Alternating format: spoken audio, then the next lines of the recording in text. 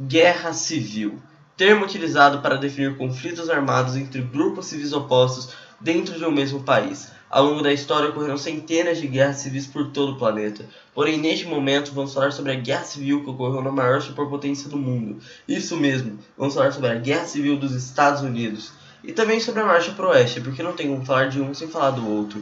Primeiramente, o contexto. Os Estados Unidos acabavam de se libertar da Inglaterra, conquistando sua tão sonhada independência. Porém, sonhada apenas pelas colônias do norte, que iriam fortalecer seu mercado interno e se livrar do pacto colonial, para vender para quem pagasse melhor, e não só para a Inglaterra, além de várias outras leis impostas por ela.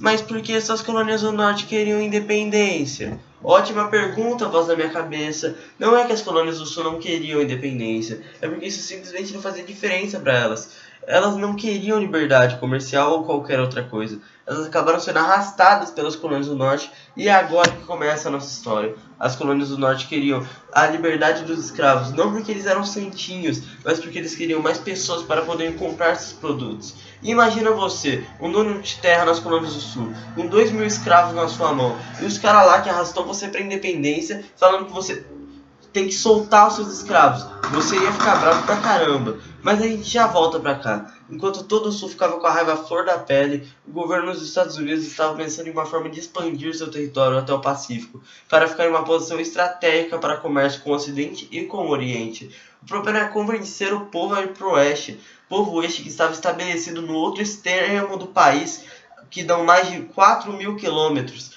E além da distância absurda, o clima lá era quase desértico e era cheio de indígenas prontos para empalar qualquer um que chegasse perto.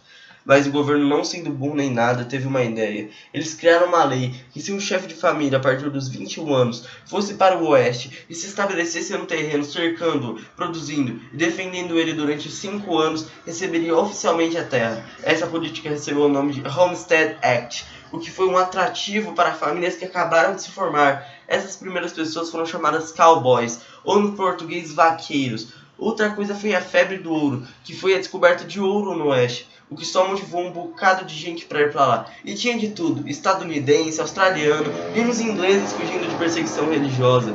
E o governo começou uma brisa falando de um tal de Destino Manifesto, que falava que o povo estadunidense era destinado a levar a civilização e a palavra de Deus para todo lugar. E agora que começa a dar ruim. Imagina um monte de estadunidense achando que é jesuíta, encontrando várias tribos que nem sabiam quem era Jesus. E em vez de educar que nem os do Brasil, mesmo que no Brasil eles tenham sido obrigados, os estadunidenses levaram a democracia para os índios. E já viu, né? Massacre. E os que sobraram ficavam trancados em lugares completamente estranhos para eles.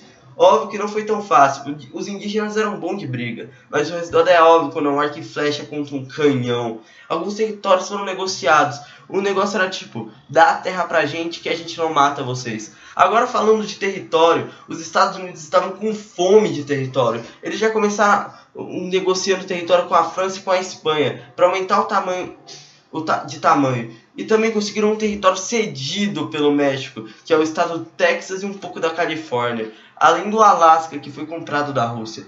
E os Estados Unidos, que já estavam loucos, o presidente Monroe estabeleceu a doutrina Monroe, que falava sobre a contraposição dos Estados Unidos a qualquer intervenção da Europa na América, porque a Santa Aliança estava doida para pegar um pedacinho da América para eles. Os Estados Unidos cresciam cada vez mais, com ferrovias, desenvolvendo cada vez mais o capitalismo e se tornando símbolo do que significava industrialização. Mas a alegria dura pouco. É hora de voltar para o assunto que começou esse vídeo, a Guerra Civil. A expansão territorial da marcha para o oeste não resolveram as intrigas entre os estados do norte e os estados do sul. Essa expansão também significou uma disputa para ver qual modelo teria a maior área de atuação.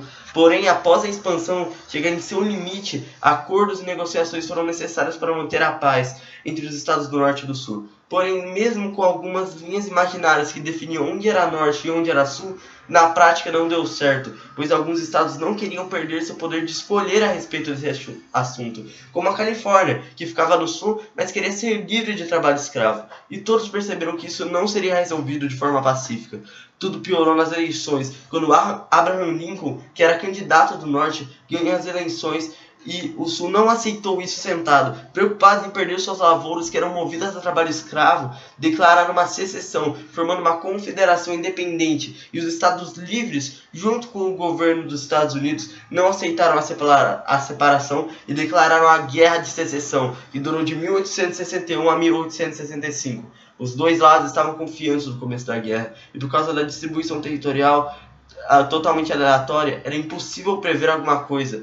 O Norte demonstrou uma boa superioridade por conta de sua industrialização. O Sul tentava encomendar barcos ingleses, porém o Norte impediu de forma democrática. O Norte tinha frotas enormes de navios que os ajudaram a impedir o contato entre o Sul e a Europa, impedindo o Sul de conseguir aliados. Os sulistas não desistiram, mesmo com sua desvantagem numérica e econômica, com o Norte tendo mais que o dobro de habitantes do que o Sul, além da maior parte do Sul ser só escravo, que não iam ajudar. E com a derrota mais óbvia, o Sul foi derrotado, com o fim da escravatura nos Estados Unidos. Essa guerra foi um massacre, totalizando algo entre 6 mil e 1 milhão de mortes, além de causar uma devastação. Isso também trouxe uma desigualdade entre Norte e Sul. Após o fim da escravatura, milhões de estadunidenses afrodescendentes puderam finalmente desfrutar da liberdade. Porém, mesmo com isso, não foi fácil para os afrodescendentes, pois as leis segregacionistas ainda dividiam os negros dos brancos, e o racismo era muito forte ainda. Isso só foi mudar em 95 anos depois, com o fim das leis segregacionistas, mas as raízes da escravidão e do preconceito foram passados de geração em geração, e atualmente nos Estados Unidos, principalmente nas regiões do Sul, o racismo é muito forte por conta de algo que aconteceu há 2 séculos. Bom, foi isso. É tudo, ou quase tudo, sobre a Marcha pro Oeste e a Guerra Civil. Muito obrigado.